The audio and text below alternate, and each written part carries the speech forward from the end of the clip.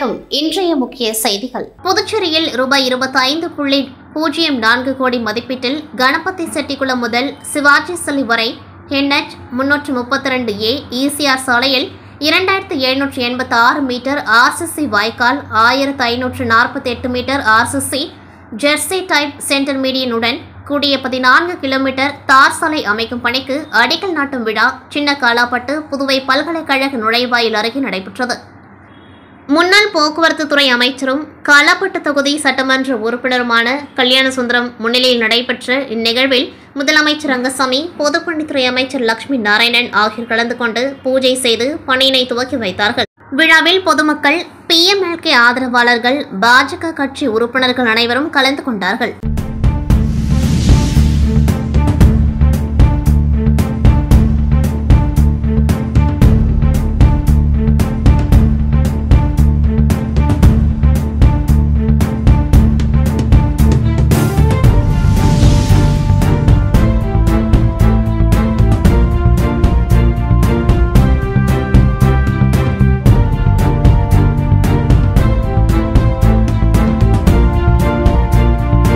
புதுச்சேரி நகரம் மட்டுமின்றி தெற்கு பகுதி காவல் நிலைய எல்லைகளுக்குட்பட்ட பல்வேறு இடங்களில் காவல்துறையினர் சோதனையின் பொழுது கொலை, கொள்ளை, கஞ்சா, வழிப்பறி மற்றும் சாலை விபத்துகள் உள்ளிட்ட பல்வேறு குற்ற வழக்குகளில் தொடர்புடைய வாகனங்கள் பறிமுதல் செய்யப்படுகின்றன.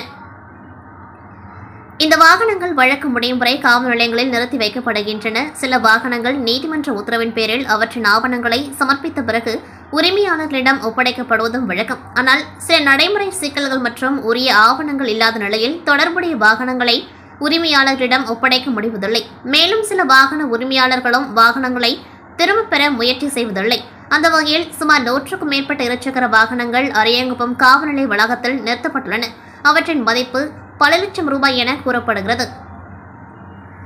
பல்வேறு குற்ற வழக்குகளில் தொடர்புடைய வாகனங்கள் வழக்கின் பொழுது நீதிமன்ற சொத்தாக மாறிவிடுவதாலும், வழக்கு விசாரணை முடிய குறைந்தபட்சம் 2 முதல் 4 ஆண்டுகள் வரை ஆகிவிடுவதாலும் அந்த வாகனங்கள் மழையில் நனைந்தும் வெயிலில் காய்ந்தும் துருப்பிடித்து உருகுலைந்து வீணாகும் நிலை ஏற்படுகிறது. இதனால் அவற்றின் மதிப்பு குறைந்து ஏலத்தின் பொழுது அரசுக்கு பல லட்சம் ரூபாய் வருவாய் இழப்பு ஏற்படுகிறது. மேலும் மழை காலங்களில் தண்ணீர் தேங்கி டெங்கு கொசுக்கள் உற்பத்திக்கும் வழிவகுக்கிறது. இதனால் சுகாதார சீர்கேடும் ஏற்படுகிறது. செடி கொடிகள் வளர்ந்து புதர் மண்டியாகி பாம்பு, தேள் உள்ளிட்ட விஷப்பூச்சிகள் காவல் நிலையத்திற்குள் ஊடுருவதால் அச்சம் ஏற்படுகிறது. எனவே புதுச்சேரிக்கும் அருகிலுள்ள தமிழ்நாடு கடலூர் மாவட்ட காவல்துறை சார்பில் நேற்று முன்தினம் 26 மோட்டார் பைக் மற்றும் ஒரு கார் ஏலம் விடப்பட்டது. இந்த நடைமுறை பின்பற்றி புதுச்சேரியிலும் வழக்கு விசாரணைகளுக்காக பறிமுதல் செய்யப்படும் வாகனங்களை சட்ட விதிமுறைகளுக்கு உட்பட்டு ஏலம் விட நடவடிக்கை எடுக்க வேண்டும், அல்லது வாகனங்களை உரிமையாளர்கள் மீட்டு செல்லும் வரை அவற்றை பாதுகாப்பாக நிறுத்த நடவடிக்கை எடுக்க வேண்டும் என சமூக ஆர்வலர்கள் மற்றும் வாகன உரிமையாளர்கள் அரசுக்கு கோரிக்கை வைத்துள்ளனர். இந்திய மகளிர் அணியின் வரலாற்று வெற்றிக்கு வாழ்த்து. 2025 மகளிர் கிரிக்கெட் உலகக் கோப்பையை முதல் முறையாக கைப்பற்றிய இந்திய மகளிர் கிரிக்கெட் அணியின் வீராங்கனைகளுக்கு எனது இதயம் கனிந்த வாழ்த்துக்கள். இந்த வெற்றி இந்திய பெண்கள் கிரிக்கெட்டின் புதிய வரலாற்றை எழுதியுள்ளது. நாட்டின் ஒவ்வொரு மகளுக்கும், கனவு காணும் ஒவ்வொரு இளம் வீராங்கனைக்கும் இது ஒரு ஊக்கமூட்டும் நொடியாகும். ஜோஸ் சார்லஸ் மார்டின் வாழ்த்து. விழுப்புரம் மாவட்டத்தில் உள்ள வேடூர் அணை திறப்பால் அதிலிருந்து வெளியேறிய உபரி நீரானது புதுச்சேரி கைக்கலப்பட்டு படுகை அணையில் இருந்து நீர்பிடிப்புகள் வழியாக புதுச்சேரியின் பிரதான ஏரியான உசுட்டேரியை வந்தடைந்தது. தற்பொழுது உசுட்டேரி முழு கொள்ளளவையும் எட்டியுள்ளதால் சேதராப்பட்டு, பத்துக்கண்ணு, தொண்டமானத்தம், ராமநாதபுரம் உள்ளிட்ட 20க்கும் மேற்பட்ட கிராமங்களின் நலன் கருதி உபரி நீரை திறக்கும் நிகழ்வு நடைபெற்றது. இதில் கலந்து கொண்ட முன்னாள் அமைச்சர் சாய் சரவணகுமார் உசுட்டேரியிலிருந்து உபரி நீரை மலர் தூவி திறந்து வைத்தார். இந்நிகழ்வில் பொதுப்பணித்துறை அதிகாரிகள் மற்றும் பொதுமக்கள் என அனைவரும் திரளாக கலந்து கொண்டார்கள்.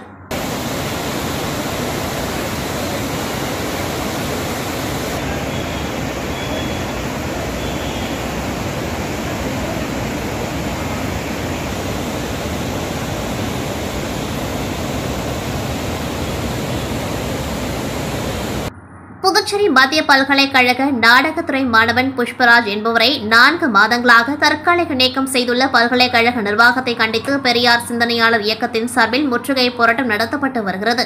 பல்கலைக்கழக அனுமதியுடன் சோமாயணம் என்ற நாடகத்தை நடத்திய நாடகத்துறை மாணவர் புஷ்பராஜ் அவர்கள் மீது 4 மாதங்களாக பொய் புகார் மற்றும் சஸ்பெண்ட் நடவடிக்கை தொடர்கிறது. இதனை கேட்க சென்ற பெரியார் சிந்தனையாளர் இயக்கம் தீனா புதுச்சேரி யூனியன் பிரதேச மாணவர்கள் கூட்டமைப்பு நிறுவனர் சுவாமிநாதன், திமுக மகளிர் அணி அமைப்பாளர் காயத்ரி ஸ்ரீகாந்த், தந்தை பெரியார் திராவிட கழக வீரமோகன், இந்திய தேசிய இளைஞர் முன்னணி சரவணன், தலித் மக்கள் பாதுகாப்பு இயக்கம் குழந்தை ராஜ் உள்ளிட்ட பல்வேறு அமைப்பு தலைவர்கள் நீதி கேட்க சென்றபொழுது அவர்களை சந்திக்க மறுத்த பல்கலைக்கழக நிர்வாகத்தை கண்டித்து தற்பொழுது பல்கலைக்கழக வாயிலில் தொடர் போராட்டத்தை அறிவித்து போராடி வருகின்றனர். கடலூர் மாவட்ட வி. காட்டுப்பாளையம் கிராமத்தை சேர்ந்தவர் ராதாகிருஷ்ணன். இவர் கடலூர் மாவட்ட ஆட்சியர் அலுவலகத்தில் நடைபெற்ற மக்கள் குறைதீர்ப்பு கூட்டத்தில் புகார் மனு ஒன்றினை அளித்தார்.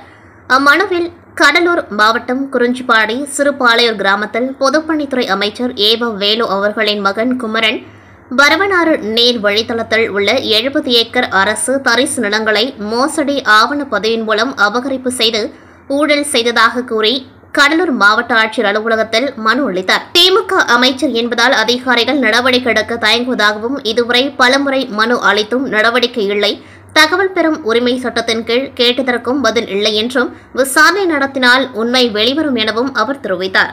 பன்ருட்டி ஒன்றியம் பெரியகுமட்டி கிராமத்தில் உள்ள தெருவில் 3 ஆண்டுகளுக்கு முன்பு கிராம நிதியில் அமைக்கப்பட்ட சாலை உள்ளது. தற்பொழுது கற்கள் தளர்ந்து விட்டதால் மக்கள் நடந்து செல்வதற்கு மிகவும் சிரமமாக உள்ளது. பள்ளிக்கு செல்லும் மாணவர்கள் மற்றும் இருசக்கர வாகனங்களில் செல்ல முடியாத நிலை உள்ளது.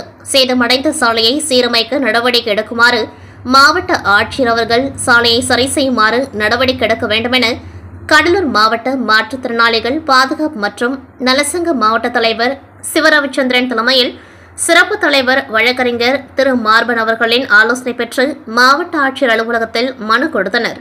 நத்தப்பட்டு கிராம மக்கள் கடந்த 5 ஆண்டுகளாக மயானத்திற்கு செல்லும் பாதையை கோரி வருகின்றனர். அக்டோபர் 26, 2025 அன்று மணியின் மகன் ராஜி என்ற நபர் காலமானார். மக்கள் அவரது உடலை அடக்கம் செய்யும் இடத்திற்கு எடுத்து செல்ல முயன்றபொழுது நில உரிமையாளர் தனது தனியார் நிலத்தின் வழியாக அவர்களை அனுமதிக்க மறுத்துவிட்டார் என்றும், இது ஒரு பெரிய பிரச்சனை ஏற்படுத்தியது. மேலும் உடலை அடக்கம் செய்வதற்கு முன்பு காவல்துறையினர் தலையிட்டு சமரசம் செய்ய வேண்டியிருந்தது. முந்தைய ஆண்டு நவம்பர் 4, 2024 அன்று அன்பழகனின் மனைவி சாந்தி இருந்தபொழுது பக்கத்து நிலத்தின் உரிமையாளர் கிராம மக்கள் உடலை தனது நிலத்தின் மீது எடுத்து செல்வதை தடுத்தார். இது ஒரு வாக்குவாதத்திற்கு வழிவகுத்தது. பெரும் சிரமத்திற்கு பிறகு இறுதியில் உடல் அடக்கம் செய்யப்பட்டது. நத்தப்பட்டு கிராமத்தில் ஒவ்வொரு முறையும் மரணம் ஏற்படுவதால் உடனடி சட்ட நடவடிக்கை தேவைப்படுவதால் இந்த பிரச்சினைக்கு உரிய தீர்வு வழங்கப்பட வேண்டும் என்று மாவட்ட ஆட்சியர் அலுவலகத்தில் நத்தப்பட்டு கிராமத்தை சேர்ந்த கிராமவாசிகள் மனு கொடுத்தனர். காரைக்காலில் உள்ள மிகவும் பழமை வாய்ந்த 200 ஆண்டுகளுக்கு மேல் உள்ள காரைக்கால் மாரியம்மன் கோவில் வீதியில் அமைந்துள்ள கிறிஸ்தவ கல்லறையில் கல்லறை திருநாள் அனுசரிக்கப்பட்டது. காரைக்கால் பகுதியிலிருந்து ஏராளமான கிறிஸ்தவர்கள் அவர்களது உறவினர் கல்லறைகளை சுத்தப்படுத்தி மாலை பிரார்த்தனையில் ஈடுபட்டனர். முன்னதாக கல்லறையில் பங்கு தந்தை பால்ராஜ்குமார் திருப்பலி நடத்தி கல்லறைகளை மந்திரித்தார். கல்லறையில் தங்களது இறந்த உறவினர்களிடத்தில் மலர் அலங்காரம் செய்து அவர்களை நினைத்து மெழுகுவர்த்தி ஏந்தி தீயால் மெழுகுருக, அதேபோல் தங்களது உறவினர்கள் தங்களிடமிருந்து நினைவுகளை மனதில் நினைத்து கண்ணில் கண்ணீர் விட்டு கல்லறைகளில் நின்று வழிபாடு செய்தனர். அதேபோல் இறந்தோர் வாழ்வு ஒளி பெருக, அவர் இறைவா உன்னிடம் வந்தடைய என்று கிறிஸ்தவ பாடல் பாடி அவர்கள் மீண்டும் உயிர்த்தெழுவார்கள் என்று நம்பிக்கையுடன் பிரார்த்தனையில் ஈடுபட்டனர்.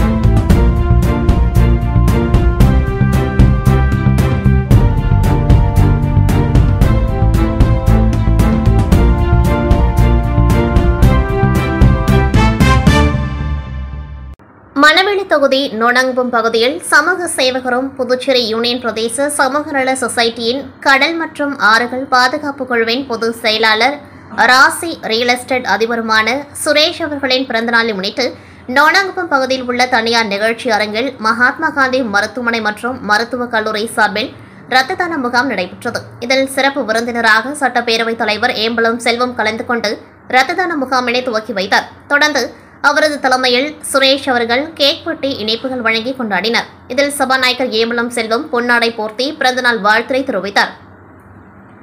மேலும் இந்நிகழ்ச்சியில் இரத்த தானம் வழங்கிய 50க்கும் மேற்பட்டவர்களுக்கு சான்றிதழ் மற்றும் நினைவு பரிசுகளை வழங்கி பாராட்டினர். தொடர்ந்து பொதுமக்களுக்கு அன்னதானமும் வழங்கப்பட்டது. மேலும் இவ்விழாவில் பாஜக விவசாய அணி தலைவர் ராமு, புதுச்சேரி யூனியன் பிரதேச சமூக நல சொசைட்டியின் தலைவர் காத்தவராயன் தலைமையிலான நிர்வாகிகள், கடல் மற்றும் ஆறுகள் பாதுகாப்பு குழு தலைவர் தனஞ்சயன், நிர்வாகிகள் ரமண, காந்தம், கணேஷ், செல்வம், பாலகுமாரன், ராஜமணி, சந்திரசேகரன், பந்தலகுமார், செந்தில்குமார், முரளிதரன், மகேந்திரன், எழிலன், ஹரி பிரசாத், ரஞ்சித் உள்ளிட்டவர்கள் கலந்து கொண்டு இந்நிகழ்ச்சியினை சிறப்பித்தனர். உலக அமைதி தின விழா வருகின்ற 11ஆம் தேதி புதுச்சேரி தனியார் திருமண மண்டபத்தில் நடைபெறுகிறது. உலக சமாதான தூதுவர் குருமகான் தெரிவித்தார். இதுகுறித்து உலக சமாதான தூதுவர் குருமகான் கூறும்பொழுது, 1918ஆம் ஆண்டு முதலாம் உலகப் போர் முடிவுக்கு வந்த பின் உலக நாடுகளுக்கிடையே நவம்பர் மாதம் 11ஆம் தேதி ஒரு அமைதி ஒப்பந்தம் கையெழுத்தானது. அதை முன்வைத்து ஒவ்வொரு ஆண்டும் நவம்பர் 11ஆம் தேதி உலக அமைதி தினமாக அனுசரிக்கப்படுகிறது. போரில்லா நிலைமையை உருவாக்கி உலக மக்கள் அனைவருக்கும் அமைதி ஏற்பட வழிவகை செய்யும் வகையில் உலக மக்கள் அனைவரும் ஒரே நேரத்தில் ஒரு நிமிடம் அமைதி காப்பதன் மூலம் நேர்மறையான எண்ண அலைகள் உலகம் முழுவதும் பரவி இந்த அமைதியின் மூலம் வெளிப்படும் மின்காந்த அலைகள் மனிதனை 4வது உணர்வு நிலையான ஆழ்நிலைக்கு கொண்டு சென்று உலக சமாதானமும் தனிநபரின் மனதை அமைதிப்படுத்தும் என்று தெரிவித்தார். இதன் ஒரு பகுதியாக வருகின்ற 11ஆம் தேதி காலை 11:11 உங்கள் இடத்திலிருந்து கொண்டே உலக அமைதிக்காக ஒரு நிமிட அமைதி காத்து உங்கள் பங்களிப்பை தருமாறு கேட்டுக்கொண்டவர். இந்த ஆண்டு உலக அமைதி தின விழா புதுச்சேரி சுகன்யா கன்வென்ஷன் சென்டரில் வருகின்ற 11ஆம் தேதி காலை 10 மணி முதல் பிற்பகல் 12:30 மணி வரை நடைபெறவுள்ளது. இந்நிகழ்ச்சியில் புதுச்சேரி துணைநிலை ஆளுநர் கைலாஷ்நாதன், முதலமைச்சர் ரங்கசாமி, கல்வி அமைச்சர் நமச்சிவாயம் உள்ளிட்ட அமைச்சர்கள், சட்டமன்ற உறுப்பினர்கள் பங்கேற்கிறார்கள். மேலும் திருவாங்கூர் அரசு குடும்ப நிலை அவிட்டம் திருநாள் ஆதித்யவர்மா தம்பூரான், திருவாங்கூர் அரசு குடும்ப இளவரசர் அவிட்டம் திருநாள் வர்மா தம்பூரான், வெளிநாட்டு முக்கிய பிரதிநிதிகள், ஆன்மீக தலைவர்கள், அமப்பதி தூதுவர்கள், கல்வி மற்றும் கலாச்சார நிறுவனங்களின் பிரதிநிதிகள் ஆகியோரும் கலந்து கொள்ள இருக்கிறார்கள் என்று தெரிவித்தார். கல்வி குழுமத்தின் தலைவர் அரவிந்தன் உள்ளிட்ட முக்கிய நிர்வாகிகள் உடன் இருந்தனர். லஞ்ச ஒழிப்பு விழிப்புணர்வு வாரத்தை முன்னிட்டு புதுச்சேரி அரசு சுற்றுலாத்துறை மற்றும் பள்ளிக் கல்வித்துறை சார்பில் மாரத்தான் போட்டி நடைபெற்றது. டெல்லி மத்திய கண்காணிப்பு ஆணையம் மூலம் அனைத்து மாநிலங்கள் மற்றும் யூனியன் பிரதேசங்களில் லஞ்ச ஒழிப்பு விழிப்புணர்வு வாரம் கடந்த 27ஆம் தேதி துவக்கி கடைபிடிக்கப்பட்டது. அதன் ஒரு பகுதியாக புதுச்சேரி அரசு சுற்றுலாத்துறை மற்றும் பள்ளிக் கல்வித்துறை சார்பில் 17 வயதிற்குட்பட்ட ஆண்கள் பெண்களுக்கான 5 கிலோமீட்டர் மாரத்தான் போட்டி நடைபெற்றது. கடற்கரை சாலை காந்தி சிலை அருகே துவங்கிய மாரத்தான் போட்டியை சுற்றுலாத்துறை செயலர் மணிகண்டன் கொடியசைத்து துவக்கி வைத்தார்.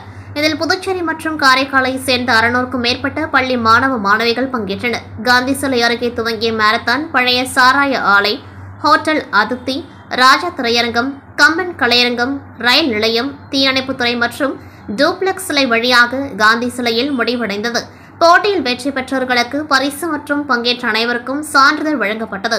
இத்துடன் செய்திகள் நிறைவடைகின்றது. நன்றி, வணக்கம்.